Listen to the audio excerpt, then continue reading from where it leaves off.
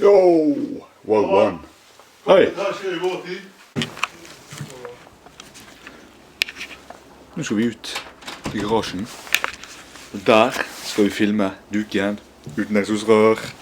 Ja, det blir jævlig bra. Det er jævlig nice. Fy faen, mann. Jeg føler jeg har ikke noe å legge YouTube-video ut av. Kanskje legge ut noen YouTube-videoer. Sånn egentlig. For jeg har jo egentlig ingenting å skru på. Ja. Jeg har Duken, jeg har en fucking knust scooter i deler. Jeg har knallarten, men den er jo faen ødelagt. Og så har jeg denne rammen til kinokrossen. Jeg har ikke noe mer enn noen der. Men jeg skal selge Duken. Jeg skal selge den. Jeg skal selge den i denne uken her. Ja, kanskje. Vi får se. 30 000, så kjøper jeg enten en DT eller Husqvarna. Så yes! Yes boy! Yes boy!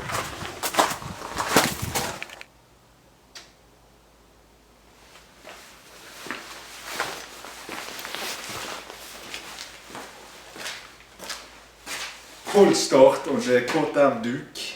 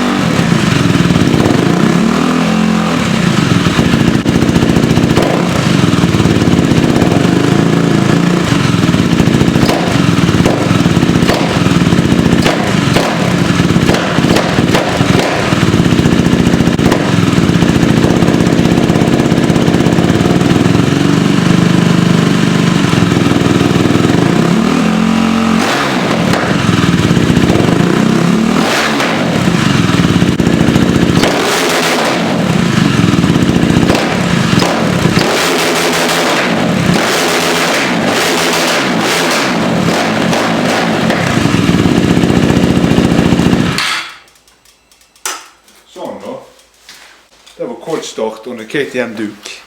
390 motor. 390 motor inside it.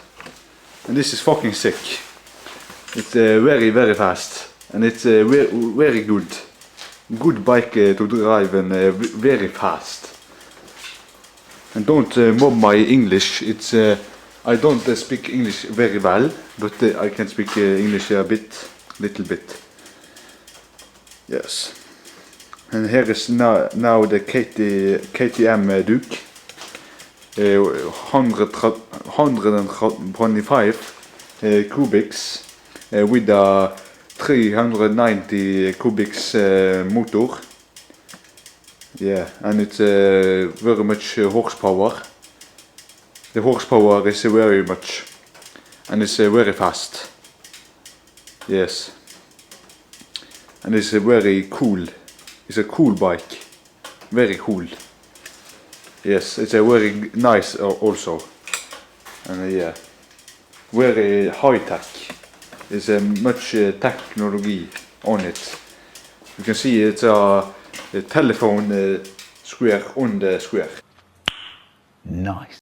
Telephone thing, iPad thing on the handlebars. That's what I wanted to say. And yeah, it's very cool. So I'm gonna take off the video now and gonna see you in the later video.